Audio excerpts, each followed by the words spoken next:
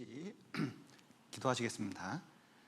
사랑과 은혜가 풍성하신 하나님 아버지, 죄 가운데 있었던 저희를 주님의 피로 우리의 모든 죄를 용서해 주시고 또 우리를 구원해 주심 너무나 감사드립니다.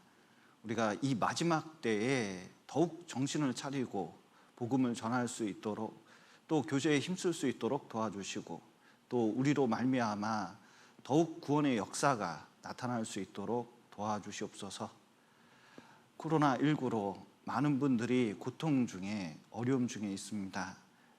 하나님께서 이 속에서 뜻하신 바를 이룰 수 있도록 도와주시고 우리가 더욱 주님의 뜻을 받들 수 있도록 도와주시옵소서. 또 해외에서 수고하시는 선교사님들 또 형제 자매님들 지켜주시고 또 그를 통해서 더욱 믿음을 지키고 복음이 전해질 수 있도록 도와주시옵소서. 또 우리에게 병든 분들 또 고난받는 분들 계십니다. 더욱 함께 해주셔서 고난을 이기고 병을 이기고 참으로 주님 앞에 믿음 가운데 서갈 수 있도록 도와주시고 오늘 구역 모임으로 모였습니다. 주님의 사랑과 은혜를 더 베풀어 주시고 나누고 그 힘으로 더욱 힘있게 살아갈 수 있도록 도와주시옵소서. 오늘 교제의 시종 주님께 맡기며 예수님 이름으로 기도드렸습니다. 아멘. 요한복음 구역 모임 때는 요한복음을 배우고 있습니다. 여기 요한복음 1장 9절에서 13절 내용을 조금 읽어보겠습니다. 혹시 찾기 어려운 분은 앞을 보시면 되겠습니다. 참빛 곧 세상에 와서 각 사람에게 비추는 빛이 있었나니 그가 세상에 계셨으며 세상은 그로 말미암아 지은 바 되었으되 세상이 그를 알지 못하였고 자기 땅에 오매 자기 백성이 영접지 아니하였으나 영접하는 자 곧 그 이름을 믿는 자들에게는 하나님의 자녀가 되는 권세를 주셨으니 이는 혈통으로나 육정으로나 사람의 뜻으로 나지 아니하고 오직 하나님께로서 난 자들이니라. 오늘 참빛을 영접한 자라는 이제 제목을 가지고 교제를 해보도록 하겠습니다. 여기 홀만 헌트라는 사람이 세상의 빛이라는 그림을 그렸습니다. 여기 보시면 요 그림이거든요. 요 그림은 요걸 본떠서 그린 그림입니다. 그런데 홀만 헌트가 요 그림을 그려서 이제 많은 사람에게 보여줬는데 친구 하나가 너무 잘 그렸다, 너무 좋은 그림이다 이렇게 얘기를 했는데 그런데 한 가지 빠진 게 있다는 거예요. 뭐가 빠졌냐면 여기 문을 두들고 계시는데 아무리 봐도 손잡이가 없다는 거죠. 손잡이 안 그렸네, 그런 겁니다. 그런데 홀만 헌트가 얘기했답니다. 예수님이 마음의 문을 두드리고 계시기 때문에 손잡이는 이 문의 손잡이는 안에만 있네 이렇게 이제 말을 했다는 거예요. 예수님은 세상의 빛으로 오셨고 우리 마음을 열고 그거 받아들였을 때 믿어졌을 때 그 빛이 사람 안에 들어온다는 것을 보여주고 있습니다. 여기 참빛 진짜 빛입니다. 사람을 구원하는 진짜 빛이거든요. 곧 세상에 와서 각 사람에게 비치는 빛이 있었나니 말씀하셨는데 여기 골수가 잘못돼서 백혈병으로 죽어가는 사람이 있습니다. 골수만 제공되면 이 사람이 구원받을 수 있는데 골수 제공자가 없으면 그냥 그 자리에서 죽는 사람이 있거든요. 근데 골수를 주겠다는 친인척이 나타났다 그러면 이 사람에게는 그것이 한 줄기 빛입니다. 돈이 없는 사람에게 누가 돈을 주겠다 그러면 그게 한 줄기 빛이 될 수 있지 않겠습니까? 그런데 세상에 어떤 빛보다 강렬하고 확실한 빛이 있습니다. 아무도 이 죽음에서는 건질 수가 없어요. 사망에서 죽음의 어두운 가운데서 지옥 어두운 가운데서 건질 수 있는 존재가 없거든요. 그런데 예수님께서 이 땅에 오셔서 죽고 부활하심으로 우리의 모든 죄를 용서하심으로 사람들에게 무엇이 됐냐? 진짜 이 사망 가운데 있는 우리가 한 줄기 빛을 만나게 됐고, 그것을 받아들이는 순간 그것은 생명의 빛이었습니다. 생명을 얻을 수 있거든요. 구원을 받을 수 있어요. 이건 복음의 빛입니다. 그래서 예수님은 참 빛이 되거든요. 이 세상 어떤 빛과도 비교가 될 수가 없습니다. 그런데 이 빛은 세상에 와서 각 사람에게 비치는 빛이거든요. 각 사람에게 비칩니다. 이 각 사람에게 어떻게 비치냐면, 자, 여기 사도행전 말씀을 보면 그는 우리 각 사람에게서 멀리 떠나 계시지 아니하도다 말씀하셨는데, 만물을 통해서 사람에게 생명과 호흡과 만물을 친히 주시고 온 땅에 거하게 하시고 연대를 정하시고 거주의 경계를 한하셨습니다. 왜? 각 사람으로 하나님을 혹 더듬어 찾아 발견케 하심입니다. 여러분, 성경이 없어도, 성경을 몰라도 하나님이 계시다는 걸 사람들이 발견할 수 있을까요? 발견할 수 있습니다. 만물을 통해서, 양심을 통해서, 인생을 통해서, 역사를 통해서 이렇게 더듬어 보면, 아, 하나님이 계시구나. 왜냐하면 하나님께서 이런 것들로 우리에게 계시했다고 그러는데 빛을 비춘 거예요. 그래서 사람들이 성경을 모르는 사람들도, 아, 하나님이 있구나, 절대자가 있구나, 누군가 계시다, 이걸 알게 된 겁니다. 그런데 이런 것으로 구원을 받을 수가 없어요. 구원을 받으려면 하나님 존재도 깨달아야 되고, 뭘 깨달아야 돼요? 죄를 깨달아야 되는데, 놀라운 것은 성경을 모르더라도 양심을 주셔서, 양심은 또 하나의 율법입니다. 양심을 통해서 사람들에게 죄를 깨닫게 해줍니다. 자, 죄만 깨달으면 되냐? 그 다음에 어떻게 해야 돼요? 구원을 받아야 되는데, 구원은 죄사함을 받아야 됩니다. 그런데 아담은 죄사함을 어떻게 받았죠? 최초의 사람 아담은 어떻게 죄사함을 받았습니까? 예수님이라는 이름을 알았을까요? 몰랐어요. 십자가 알았을까요? 몰랐어요. 그런데 여자의 후손이 뱀의 대가리를 깰 거다. 그리고 가죽옷을 입으면서 어떤 존재가 죽는구나, 이걸 알았습니다. 그러니까 아담한테 그만큼 하나님께서 빛을 비추신 거예요. 계시하신 겁니다. 그러면 아담이 그것만 깨달으면 어떻게 돼요? 구원을 받는 거예요. 그런데 어떤 사람들에게는 그런 걸 잘 모를 수가 있죠. 양심을 깨닫고 하나님을 알고, 당연히 양심이 양심이 있는 사람은 자기가 죄인인 걸 깨닫고, 아하, 하늘에, 진짜 이 공간적인 하늘이 아니라 우리나라식으로 하면 하느님, 진짜 절대적인 존재가 있다고 생각했습니다. 거기에 대해서 자기 용서를 빌 거예요. 분명히 하나님께서 각 사람에게 비춰주는 빛이 있기 때문에 그만큼 깨닫기만 하면 되는 거예요. 자, 보십시오.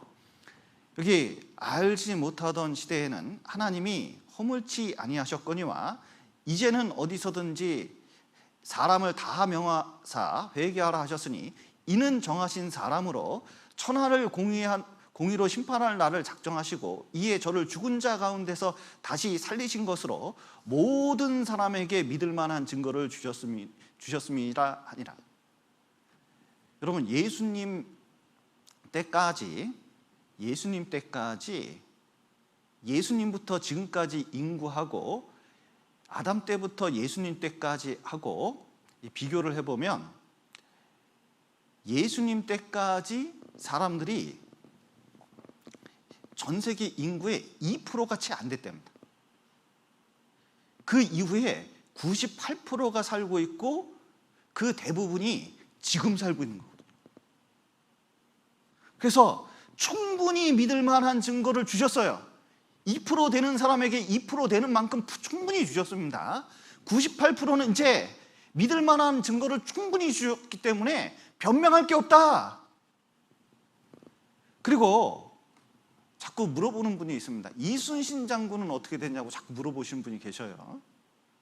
여러분, 성경에 그것을 구체적으로 명시하지 않으셨어요. 이유는 뭐냐면 우리 믿는 데 도움을 주려고. 여러분 보십시오. 이순신 장군이 지옥 갔다 그러면 어떤 사람이 있는지 아세요? 알아보기도 전에 나 그러면 안 믿어, 이런 사람이 생기거든요. 그런데 이순신 장군이 천국 갔다 그러면 어떻게 돼요? 성경 믿을 필요가 없잖아요. 그러니까 하나님께서는 그들에게 뭐라고 말씀하시냐면 그 개인마다 각 사람에게 비치는 빛이 있었기 때문에 어떻게 깨닫는지 우리는 알 수가 없잖아요. 이순신 장군이 어떻게 알았는지 우리가 다 알 수가 없잖아요. 세종대왕이 어떻게 됐는지 알 수가 없잖아요. 옛날 사람 각 사람이 어떻게 됐는지 잘 몰라요. 그러니까 천하를 공의로 심판하는 날을 작정하시고 그랬는데 하나님은 분명히 각 사람에 대해서 공의로 반드시 심판하게 되어 있습니다. 어린아이도 마찬가지예요. 6살짜리가 구원받을 수 있습니다. 근데 어떤 아이는 10살이 돼도 구원받을 능력이 안 되는 경우가 있어요. 그것은 아무도 모릅니다. 그렇기 때문에 우리는 조바심을 내고 있지만 때가 될 때까지 그 아이에게 각 사람에게 비치는 빛이 있기 때문에 때가 될 때까지 기다려야 되는 수도 있는 거거든요. 그런데 그 전에 만약에 죽음이 왔다 그러면 그에 대해서 하나님께서는 공정하게 심판하게 되어 있어요. 중요한 것은 하나님께서는 공정하게 심판할 정도로 각 사람에게 충분한 빛을 비춰주셨다고 단언하고 계십니다. 우리는 잘 모르지만 그렇기 때문에 저 같은 사람이 구원을 받은 거예요. 저희 집안은 불교 집안이었습니다. 저는 대학교 다닐 때까지 정말 하나님 받아들일 생각이 없던 사람이었거든요. 그런데 저 같은 사람을 구원받게 하신 것은 참 놀라운 일이에요. 저에 합당하게 인도하신 것이 틀림없습니다. 그런데 각 사람에게 이렇게 비치시는데, 복음의 빛을, 생명의 빛을 비치시는데, 복음을 가르쳐 주시는데 그것을 영접해야 되거든요. 영접하면 구원을 얻게 되는 겁니다. 이 영접이라는 단어가 다른 교회에서 너무 많이 쓰기 때문에 이거 좀 알 필요가 있습니다. 이 영접이 뭐냐? 영접은 곧 뭐예요? 믿는 거거든요. 여기 특별히 안다는 단어를 썼는데 알고 믿는 게 영접하는 겁니다. 이 복음을 정확하게 알고 믿는 게 영접하는 거거든요. 그런데 이에 대해서 오해하는 경우가 얼마나 많은지 모릅니다.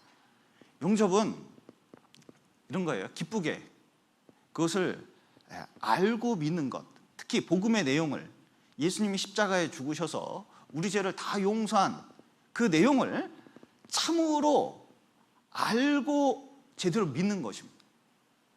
성경 강연회나 상담을 하다 보면 참 기본적인 태도가 얼마나 중요한가 알게 되는데, 말씀을 전할 때 좀 잘 모르고 이렇게 처음에 듣잖아요. 근데 들으면서 이게 점점 표정이 밝아지는 분이 계십니다.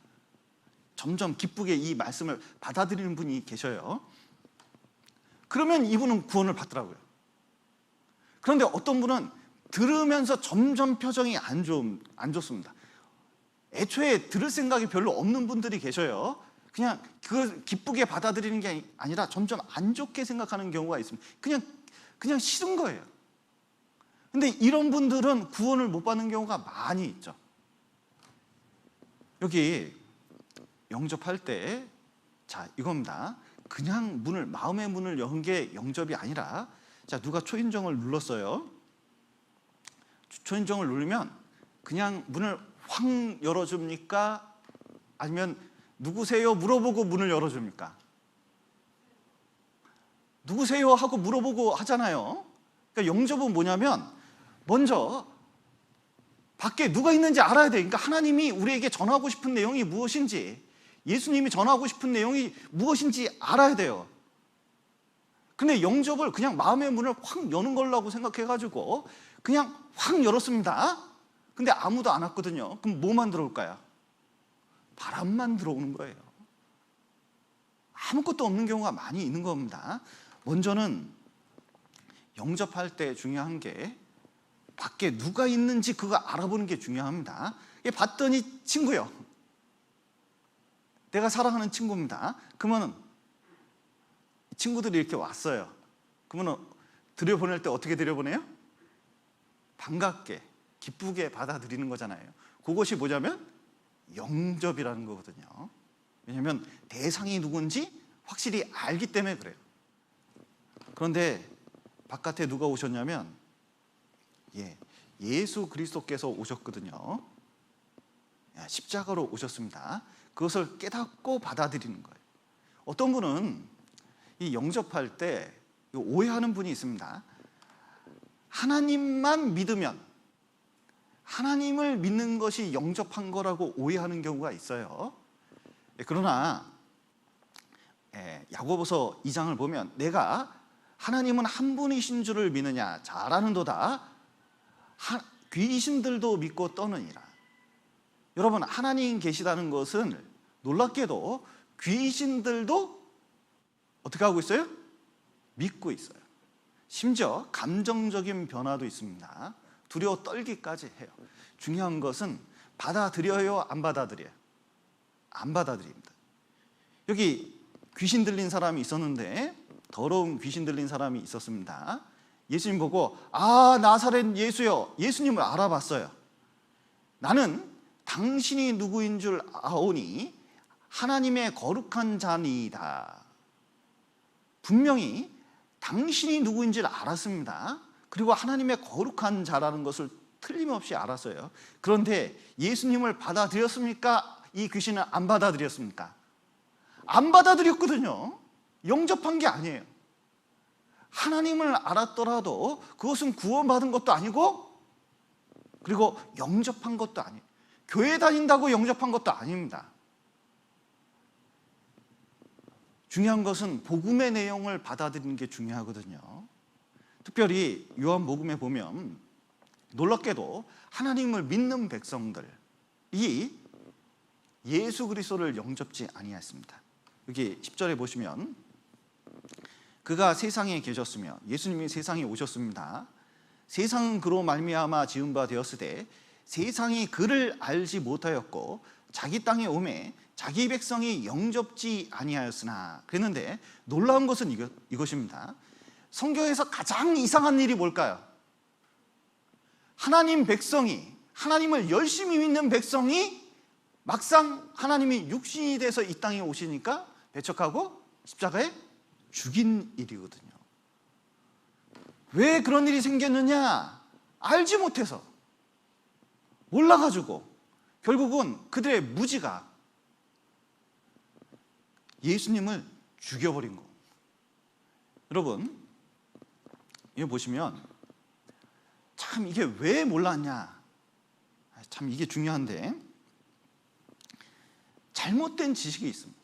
그러니까 유대인들은 예수님 말씀을 듣고 성경을 확인해보고 그리고 생각해보고 받아들이면 굉장히 쉬운 길이 있었거든요. 근데 선입견이 얼마나 많은지 몰라요. 그리고 사람을 죽음으로 몰아가는 경우가 얼마나 많은지 모릅니다. 여기 그 유명한 제선당 사건 일지를 좀 보여주고 있는데, 어떤 임산부 유 씨가 폭행받았다는 거예요. 종업원이 시비가 걸렸는데 발로 배를 찼다는 거예요. 그래서 하도 화가 나가지고 인터넷 포털 사이트에 폭행 사진을 투고했습니다. 그랬더니 이 사람이 널리 알려달라고, 트위터에 널리 알려달라고 하니까 세상이 난리가 났어요. 세상에 가게에서 종업원이 임산부, 아무리 막말을 해도 그렇지 임산부의 배를 찰 수가 있냐. 사과를 하고 피해 가족 찾아가서 사과하고 보생하겠다 하고 최선당 본사까지 나선 일이 있었거든요. 그리고 경찰서장이 신속히 조사하겠다고 했습니다. 그리고 불매운동까지 일어났어요. 최선당이 위기가 왔었거든요.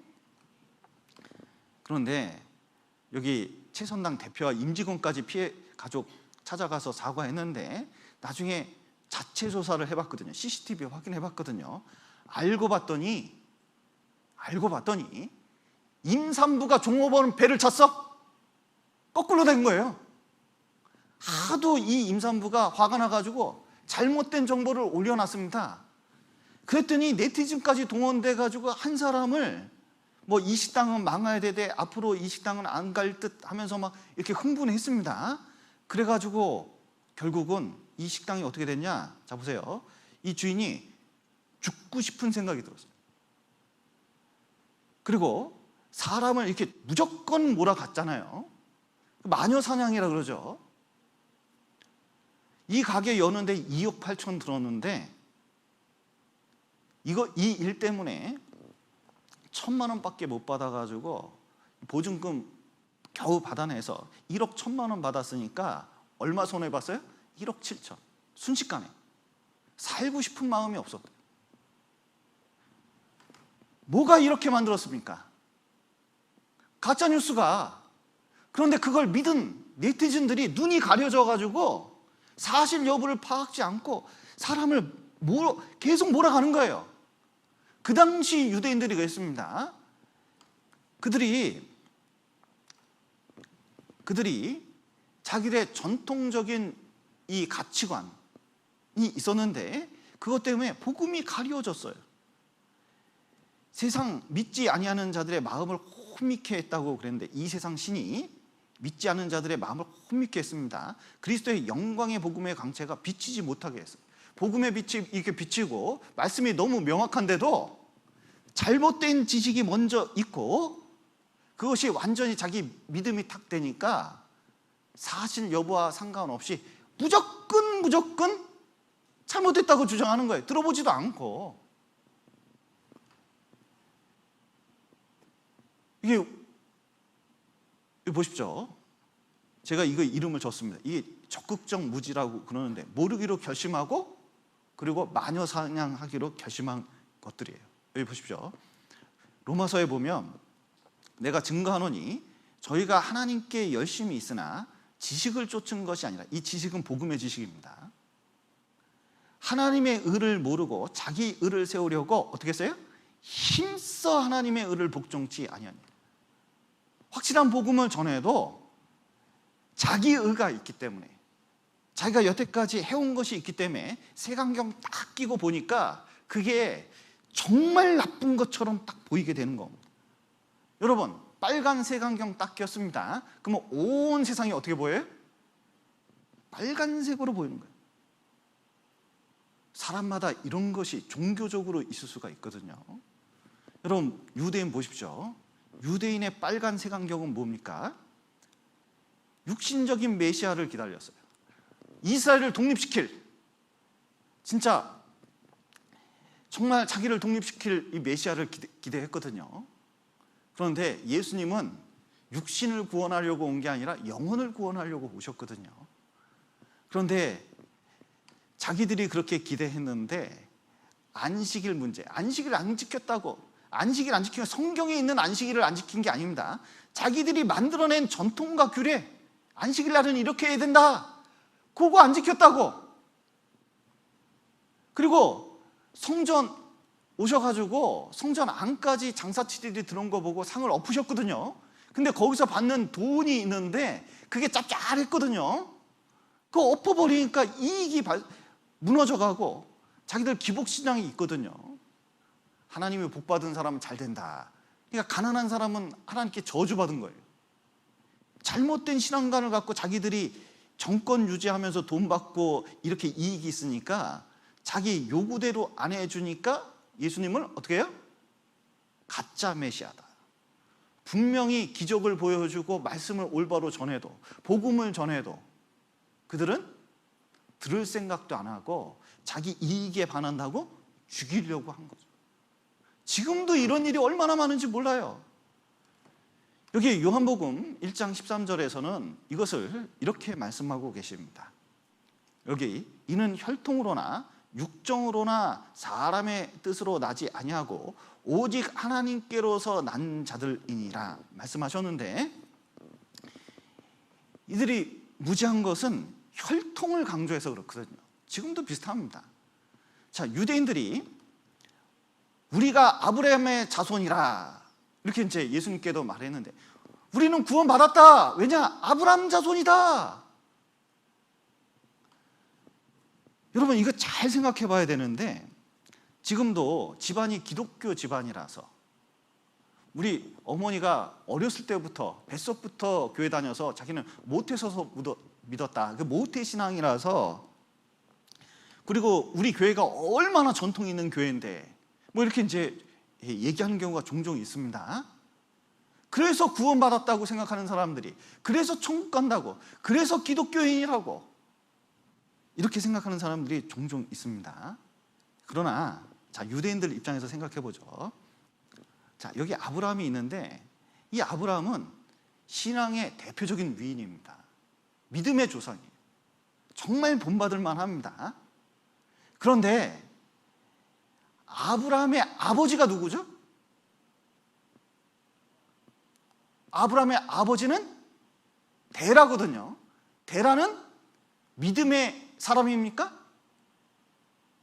이방인이에요. 우상 숭배하는 자예요. 그러면 혈통으로 된다고 믿으면 아브라함은 구원받을 수 있어요, 없어요? 그거 안 되는 거예요. 아브라함이 구원받은 것은 믿음으로 구원을 받은 거고, 하나님 앞에서 자기가 올바른 믿음을 가졌기 때문에 그런 겁니다. 그러면 그 자손도 마찬가지예요. 혈통으로 되는 게 아니라 하나님 앞에서 올바른 믿음을 가짐으로 구원을 얻는 건데, 유대인들은 시간이 지나면서 잘못 생각해서 이렇게 한 것입니다. 혈통으로 안 돼. 지금도 마찬가지입니다. 아무리 기독교 생활을 오래 하고 집안이 그래도 교회가 오랜 전통이 있다도 안 되는 거예요. 안 되는 건 안 되는 겁니다. 여기 육정으로 그건 뭐냐면 육에서 난 모든 산물들을 말하고 있는 거예요. 그것이 뭐냐면 육체의 표지가 있는 것들, 육신적인 부명예 같은 것들입니다. 이게 밖으로 드러나는 것들이에요.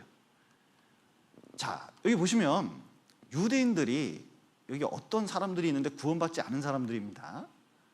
근데 초대교회 때 어떤 유대교 있는 사람들이 예수님 믿는 척하면서 들어왔어요. 그러면서 자꾸 형제들에게 혼란을 주는 것은, 너희가 모세의 법대로 할례를 받지 아니하면 능히 구원을 얻지 못하니라. 그래서 이방인에게 할례 줘야 된다. 이게 갈라디아까지 간 거거든요. 마치 사도인 척하면서 할례 받아야 된다. 그럼 육체의 표시가 있잖아요. 제가 옛날에 이런 거 봤거든요. 목욕탕 갔더니 여기다 문신을 크게 했더라고요. 어떤 사람이 착하게 살자, 발음 나는 대로 썼어요. 그러면 굉장히 착한 사람처럼 보입니까? 무서운 사람처럼 보입니까? 목욕탕에서 그런 분은 안 보셨어요? 옛날에 이게 착하게 살자 이렇게 쓴 분들이 계시거든요. 저 어렸을 때 정말 그 근처에서는 목욕하기가 싫어요. 표시했다고 착한 사람이 아니잖아요. 할례 받았다고 표면적 유대인이 아니거든요. 근데 유대인들은 할례 받아야 된다고 자꾸 얘기하는 거예요. 지금도 마찬가지입니다. 여러분, 침례 받았다고, 세례 받았다고, 어떤 분은 집에다가 세례증 딱 붙여놨더라고요. 그건 표시잖아요. 그거 했다고 구원받은 게 아니에요. 목사님이 인정했다고, 직분을 받았다고 할례 받은 게 아닙니다. 구원받는 게 아니에요. 유대인들은 할례만 받으면 무조건 천국 가는지 알았거든요. 그런 거 아닙니다. 여기 보시면 육정으로 그랬는데, 빌립보서 3장에서는 여기 사도 바울이 나도 육체를 신뢰할 만하다 그랬거든요. 육체가 뭐냐면 드러나는 것들인데, 그 드러나는 것들이 뭐냐면 종교적으로 드러난 것들을 말하는 거예요. 그러니까 모태신앙, 지금으로 말하면, 그래, 지파, 우리가 얼마나 큰 교회인지 알아? 집안이 대대로 기독교 집안이야, 이런 거 말하는 거예요.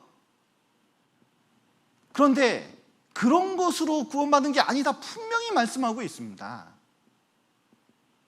여러분, 또 사람의 뜻으로 되는 게 아니에요. 사람의 결심으로, 선행으로, 열심으로 되는 게 아닙니다. 여기 아까 읽었던 사도행전 말씀에 보면 할례를 줄 뿐만 아니라 모세의 율법을 지켜야 된다, 지켜야 된다. 행위를 강조하는 거거든요. 상담하다 보면 복음은 슬쩍 넘어가고 자꾸 말씀 지킨 것들을 자꾸 말씀하시는 분들이 있어요. 그러니 구원받았으니까 지키지 않겠어요? 구원받았으니까 교회 다니지 않겠어요? 교회 다녔으니까 방언하지 않았겠어요? 자꾸 그렇게 말씀하시는 분들이 계셔요.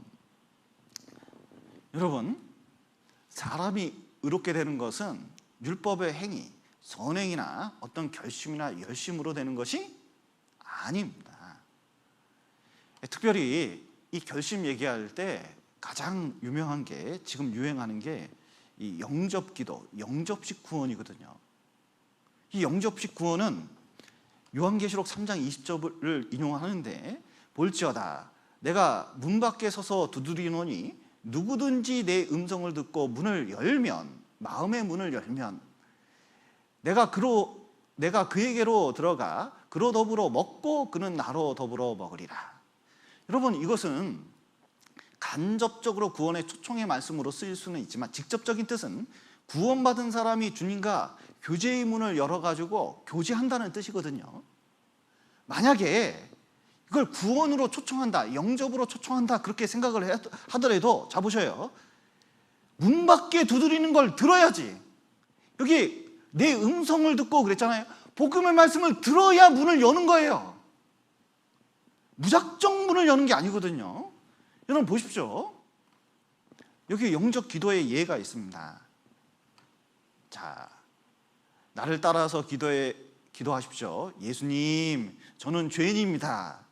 저의 죄를 위하여 십자가에 죽으심을 감사합니다. 이제 예수님을 제 구주로 영접합니다. 저를 구원해 주셔서 감사합니다. 예수님 이름으로 기도했습니다. 아멘. 이렇게 했습니다. 영접 기도는 많이 있는데 골자는 이런 거예요. 특히 사형리라고 있는데 사형리 쭉 한 다음에 끝이 이렇습니다. 사형리에 대해서도 좀 드릴 말씀이 좀 있지만 일단 영접 기도로 생각을 해보면, 여러분 여기 틀린 거 뭐 있습니까? 다 신앙적으로 유익한 내용처럼 보이잖아요. 복음을 좀 간단하게 축소시킨 것 같은 생각이 좀 듭니다. 그런데 사실은 여기에 큰 문제가 있거든요. 죽도 밥도 안 되게 만드는 게 여기에 있는 거예요. 자 보십시오. 결국은 이 영접 기도의 문제는 간단하게 복음을 설명하고 이해되지 않게 간단하게 설명하고 사람의 결심을 유도하는 거거든요. 그런데 성경에 어디에도 이런 식의 영접 기도로 구원받은 예가 없습니다. 요한복음 3장에 보면 니고데모가 찾아왔습니다. 예수님께서 여러 가지 거듭남에 대해서 말씀하셨어요. 그러고 난 다음에 야, 두 손 모으고 우리 영접 기도하자. 그렇게 했습니까? 복음의 말씀을 듣고 깨닫고 구원을 얻는 거예요. 요한복음 4장 보십시오. 사마리아 여자가 있었습니다. 한참 대화하면서 이 죄를 깨닫게 하고 예수님이 메시아라는 것을 깨닫게 한 다음에 드디어 자기 죄사함을 어떻게 받는지 깨닫고 너무 기뻐가지고 물동이도 놓고 마을로 가서 전도했거든요. 예수님이 붙잡고 나를 영접해야 되니 영접 기도하자. 그런 말이 있습니까? 복음서에 이런 영접 기도는 한 번도 없고 사도행전에도 없고 서신서에도 없어요. 한 번도 없다니까요. 그런데 기독교 안에 이것이 슬며시 들어와서 지금 쫙 다른 교회에 펴져 있거든요. 이것이 보통 문제가 아니에요. 왜냐? 자 보세요. 구원은 어떻게 받느냐? 복음으로써 내가 너를 낳았느니라. 진리의 말씀으로 우리를 낳으셨느니라. 거듭난 것은 말씀으로 되는 거거든요. 영접 기도만 주일날 와가지고 끝나고 결심 기도 딱 시키면, 영접 기도 딱 시키면 어떻게 되느냐? 여러분, 앞에 복음을 깨달을 말씀이 없어요. 말씀을 무시하게 돼요. 그래서 자기가 결심했으니까 됐다고 생각하는 경우가 많다는 거예요. 그래서 말씀을 구체적으로 배우지 않은 게 이게 보통 문제가 아닙니다. 그러니까 이제 뭘 의지하게 돼요? 말씀을 의지하지 않았으니까 뭘 의지하게 되겠습니까? 자기 체험. 내가 교회 올 때 그때 요번 주에 상담한 분은 그래요. 교회 올 때 흰옷 입은 세 사람이 길 지나가는데 그게 있더라고. 그렇게 얘기하더라고요. 어떤 분은 새벽 기도 왔는데 창문에 양이 보였다는 거예요. 어떤 분은 막 교회당에서 막 빛이 왔다 갔다 했다는 거예요. 어떤 분은 꿈에서 손이 나타나가지고 자기를 쓰다듬어 줬대요. 그러니까 자기가 그때 하나님 믿게 됐다는 거예요. 그때부터 교회 다녔다는 거예요. 그리고 결심기도 했다는 거예요. 영접기도 했다는 거예요. 말씀이 비었잖아요. 말씀이 오지 않았는데 문 연 거나 똑같은 거예요. 여러분 보십시오. 그 다음은 이것의 문제가 말씀 문제뿐만 아니라 하나님 존재에 대해서 막연하게 생각할 수밖에 없습니다. 제가 대학교 때 제 친구 하나가 벤치에 있었는데 어떤 사람이 옆에 붙었더라고요. 뭔가 봤더니 내비게이터였어요. 그러더니 막 전도를 합니다. 천국과 지옥이 있습니다. 지옥 가고 싶으세요? 천국 가고 싶으세요? 아니 뭐 천국 가고 싶죠? 이렇게 보니까 그요 그렇죠.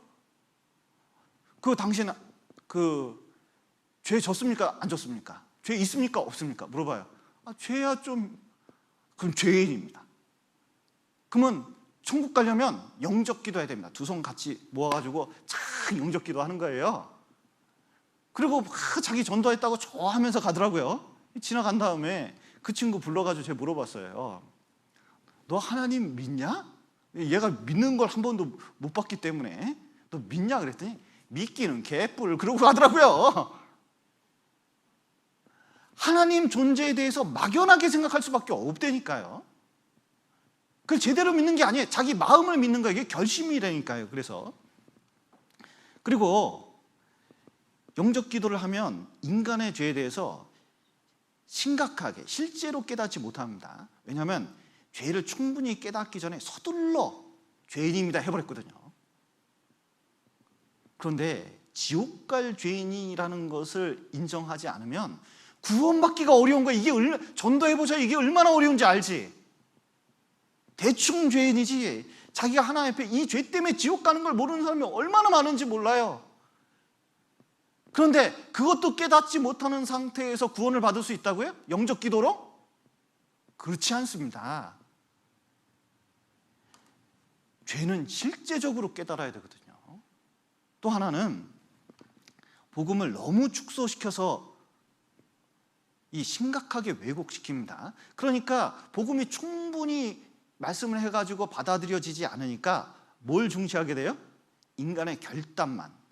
결국 알고 보면 결심한 거고 이것은 개인의 신념에 불과한 겁니다. 믿음이 아닌 거예요. 그래서 사실상 올바른 믿음이 아닙니다. 이것은 저만 이렇게 말하는 게 아니에요. 존 메가더 목사나 여러 가지 복음을 전하는 유명한 목사님들도 이걸 인지하고 이거의 위험성에 대해서 얼마나 말을 하고 있는지 몰라요. 그런데 사람만 늘어나면 좋으니까 교인 수 늘어나면 좋잖아요. 그러니까 그렇게 덮어놓고 하는 거예요. 그런데 그것이 알곡을 만들어지는 게 아니라 신앙의 가라지를 만들어요. 그러니까 교회가 어떻게 돼요? 순수 복음을 지키는 게 아니라 퇴색돼 가는 거예요. 그래서 지금까지 온 겁니다. 가라지가 얼마나 많은지 몰라요? 이건 신앙의 숫자 문제가 아니라 하나님 보시기엔 굉장히 심각한 거거든요. 여러분, 올바른 영접은 이렇게 되는 겁니다.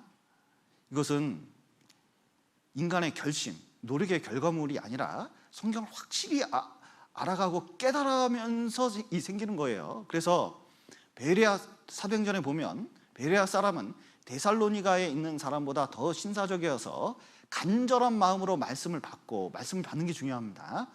이것이 그러한가 하여 날마다 성경을 상고함으로. 여러분, 복음의 말씀은 반복해서 듣는 게 중요하거든요. 날마다 들어야 돼요. 사복음서가 있습니다.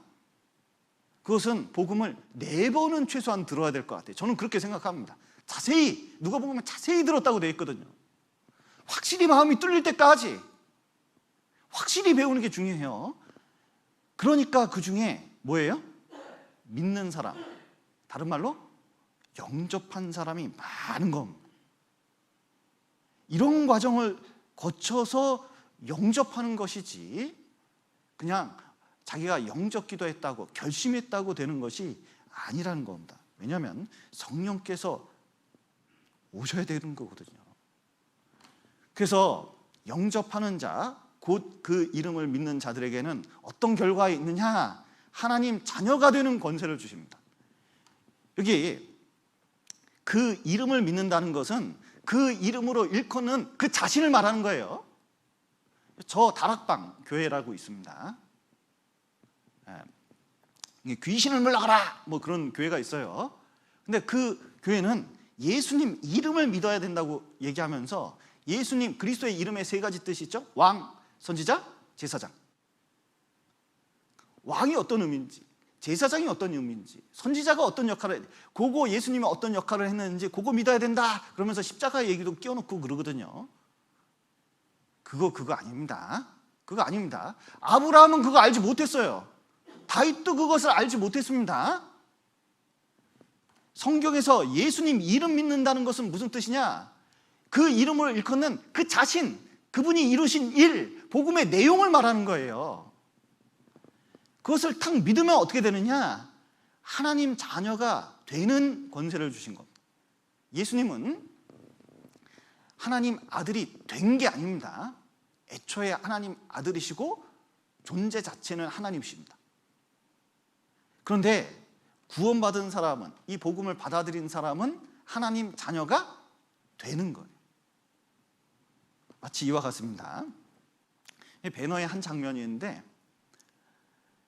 여기 로마 군인의 총사령관이 있습니다. 그리고 큰 이제 명량해전처럼 큰 전투에 나갔어요. 그래서 적군하고 이제 맞닥뜨려 가지고 전쟁을 치르는데 여기 배너 노예를 눈여겨봤었습니다. 그런데 배가 적군하고 충돌하면서 배가 부서졌어요. 산산이 부서졌습니다. 그래서 망망대해 눈 떠보니까 배너가 이 사람을 요 배 잔해에 뗏목처럼 있어가지고 건져냈어요. 그런데 보니까 배 부서졌고 총사령관인데 살아서 못하냐. 이건 너무 불명예이기 때문에 차라리 자살하려고 몇 번 시도합니다. 근데 배너가 딱 붙잡거든요. 못 죽게 해요. 그런데 저기서 점 하나가 나타나서 배가 나타나기 시작했습니다. 적군이면 무조건 죽는 거고, 그리고 아군이면 사는 건데 점점 다가왔더니 알고 봤더니 로마 배였어요. 타봤더니 자기 배만 부서졌지 엄청난 큰 승리를 가졌습니다. 총사령관이니까 이 큰 승리 때문에 로마에 당도했을 때 이 개선장군이 됐거든요. 너무너무 고마우니까 이 배너를 뭘 삼았냐면 양자를 삼았어요. 양자를 삼고 자신의 모든 권리를 줍니다. 로마에서는 양자가 대단합니다. 우리나라에서는 양자 별로 인정 안 하려고 그러거든요. 그 부모도 재산 주기를 좀 꺼렵게 하는 경우가 종종 있어요. 양자 같은 경우는. 근데 성경의 양자는 그 정도가 아니에요. 양자가 얼마나 친자보다 낫다는 거 아세요? 여기 보셔요. 로마에서는 이 양자가 굉장히 중요했습니다. 여기 율리어스 시저가 있는데 첫 번째 아내, 두 번째 아내가 있었습니다. 딸과 아들들이 있었거든요. 그런데 자기 누나의 손자인 아우구스투스를 양자로 삼습니다. 여기 아들도 있었는데 황제 누가 됐어요? 아우구스투스. 여러분 아우구스투스 들어보셨어요? 아우구스투스 때 무슨 일이 일어났죠? 이거 선물을 가져왔어야 되는데. 자, 아우구스투스 때 무슨 일이 일어났죠? 예수님 탄생했잖아요. 그거 모르셔요? 자, 보세요.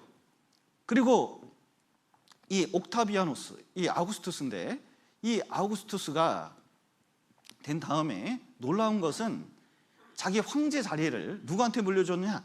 양자 티베리우스. 여러분 성경에 티베리우스 들어보셨죠? 디베랴 호수, 갈릴리 호수를 가리킵니다. 그러니까 한 33년 흐른 거예요. 예수님 이때 활동을 하신 거거든요. 갈릴리 호수 주변에서. 그런데 이 티베리우스도 친아들이 있었지만 양아들에게 물려줬거든요. 왜냐하면 양자는 친자보다 자기 의지가 들어간 아들이기 때문에 더 소중하게 생각했어요. 자, 우리는 하나님의 뭐예요? 양자예요. 합법적인 양자. 하나님 아들이 된 거예요. 그리고 놀라운 것은 양자 되면 그 속은 안 변하잖아요. 구원받은 사람은 놀랍게도 성령을 주셨기 때문에 생명과 경건에 속한 모든 것, 신의 성품, 하나님의 성품에 참여하는 자가 돼서 정말로 이 안에까지 하나님 아들처럼 점점 성화되도록 하나님이 만드셔요. 고난을 통해서, 말씀을 통해서, 교제를 통해서 점점 변화시키게 되어 있습니다. 이것이 하나님 자녀로서 살아가는 방법들이거든요. 그런데 자, 자녀로서 우리도 이제 영접할 대상이 있습니다. 자, 먼저는 신앙생활 하면서 누구를 영접해야 되느냐? 이런 어린아이 하나, 그리고 성도들을 영접해야 돼요. 자, 보십시오. 구원받은 사람은 이게 좀 잘못된 태도 중에 하나가 뭐냐면 이 평등 사상이 있으면 안 됩니다. 자기를 낮추고 남을 높이고 어떻게 돼요? 받아들이는 게 중요해요. 그리고 최선을 다해서 영접하려고 하는 게 얼마나 필요한지 몰라요. 영접은 되게 중요한 개념이에요. 성경에서. 영접하라, 손대접하라. 그래서 왜냐? 이 안에 그리스도의 영이 있기 때문에 그걸 존귀히 여기는 게 필요합니다. 그리고 교회 내에서 여기 보면 선지자의 이름으로 선지자를 영접하는 자는 선지자의 상을 받을 것이요, 의인의 이름으로 의인을 영접하는 자는 의인의 상을 받을 것이요, 이렇게 말씀하셨습니다. 특별히 순회 설교자는 대접하라고 되어 있거든요. 제가 시간만 되면 이 대접에, 손대접에 대해서 좀 할 말이 많아요. 왜냐하면 우리 교회가 너무 민주적이고 그리고 형제 자매님들을 위하다 보니까 기본적인 예절이 없는 경우가 있어요. 저 어렸을 때, 진짜 꼬맹이일 때 집에 손님이 왔습니다. 그럼 어머니는 손님 대접하냐고 쫙 이렇게 열심히 하셔요. 그때 제가 무슨 짓을 했는지 아세요? 막 하면서 100원만 달라고. 그러면요, 어머니가 정말 난감해하면서 저 버르장머리를 지금 혼낼 수도 없고 막 그런 게 기억이 나요. 여러분, 여기 순회 설교자가 왔습니다. 그러면 순회 설교자하고 밥 같이 먹고 싶습니까? 밥 먹고 싶지 않습니까? 여러분, 주일 설교 끝났습니다. 저하고 밥 같이 먹고 싶습니까? 좀 앞에 있으면 부담스럽겠습니까? 여러분, 순회 설교자나 누가 오면요, 저 개인적으로는 혼자 밥 먹고 싶은 사람이에요. 누구하고 같이 밥 먹는 게 불편한 경우가 많습니다. 왜냐하면 어려운 얘기를 하는 분들이 종종 계셔요. 힘든 얘기하는 분도 종종 계십니다. 이게 전도인 밥 먹는 게 이게 쉬운 일이 아니에요. 그러면 여러분, 전도인 대접하면서 옆에서 챙겨주고 하는 게 이게 쉬운 일이 아니에요. 말씀을 맡았기 때문에 성경에서는 그것을 대접하는 게 당연하다고 말씀하고 계신 거예요. 여러분, 집에 손님 오면 에휴, 우리 먹던 거 먹어서? 알아서 가소? 이게 옳은 태도가 아닙니다. 그래서 성경에서는 말씀을 맡았기 때문에 사람이 아니라 그 말씀을 존중하는 마음으로 영접하는 게 필요하다. 왜? 우리가 말씀을 영접함으로 구원을 받았잖아요. 거기에 분명히 상이 있고 복이 있다고 말씀하고 계셔요. 구원받을 때처럼 반겨주는 게 꼭 필요합니다. 그렇게 하면 어떤 일이 생기느냐? 여러분, 우리가 주님 만났을 때 주님께서 공중에서 주를 영접케 하십니다. 주님이 우리를 영접하셔요. 하나님은 나를 영접하시리니, 이렇게 말씀하셨는데, 여러분, 우리를 주님께서 영접할 준비가 다 돼 있어요. 어떤 아프리카 선교사가 평생 아프리카에서 선교하다가 배를 타고 이제 영국에 돌아오고 있었답니다. 근데 방송에서 아프리카에서 정말 수고하시고 퇴임하시는 분이 있고 오늘 이 배에서 내리는데 환영식이 있을 예정이니까 여러분 좀 참았다가 내려주시길 부탁드립니다. 그랬습니다. 그랬더니 배가 딱 도착했는데 야, 나를 알아주나 이렇게 생각했더니 10년간 아프리카에서 수고한 대사예요. 자기가 아니라. 그래서 자기는 머물러 있고 대사가 착 내려갔는데 10년간 봉사했다고 막 박수치고 환영을 하는 거예요. 그런데 하나님께 그랬답니다. 하나님, 이건 좀 너무하지 않으세요? 저는 평생, 심지어 사자에게도 물렸는데, 그리고 병을 앓면서 그렇게 수고하고 했는데 이게 뭡니까? 이렇게 말을 했대요.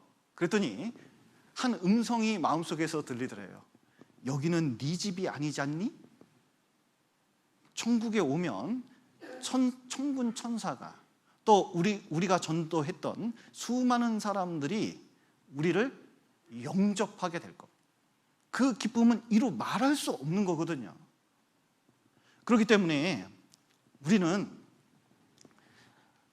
말씀부터 그리고 형제 자매들을 기쁘게 받아들이는 구원으로 말미암아서 좋은 걸 얻었기 때문에 그런 자세를 가지고 신앙생활하는 게 너무나 하나님 아들답게 사는 거라고 말씀드릴 수 있습니다. 그래서 우리가 말씀을 전하는 분들, 또 교제하는 형제 자매님들, 그리고 소자라도 어린아이라도 기쁘게 맞이하고 또 하나님 자녀처럼 서로 영접하는 습관을 가졌으면 좋겠습니다. 같이 기도하시겠습니다.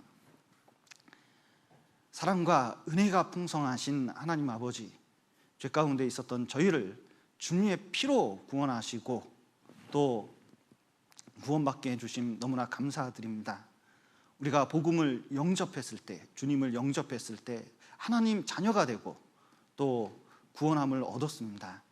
또 우리가 마음속으로 받아들여야 될 것이 너무나 많이 있습니다. 말씀을 받을 수 있도록 도와주시고 또 형제 자매님들을 받을 수 있도록 도와주시고 또 교회 일꾼들을 영접할 수 있도록 도와주시고 또 그런 능력을 허락하여 주시옵소서. 또 그로 말미암아 천국에 갔을 때 많은 상을 얻을 수 있도록 또 영접받을 수 있도록 도와주시옵소서. 오늘 귀한 시간 허락하신 감사드리며 예수님 이름으로 기도드렸습니다. 아멘.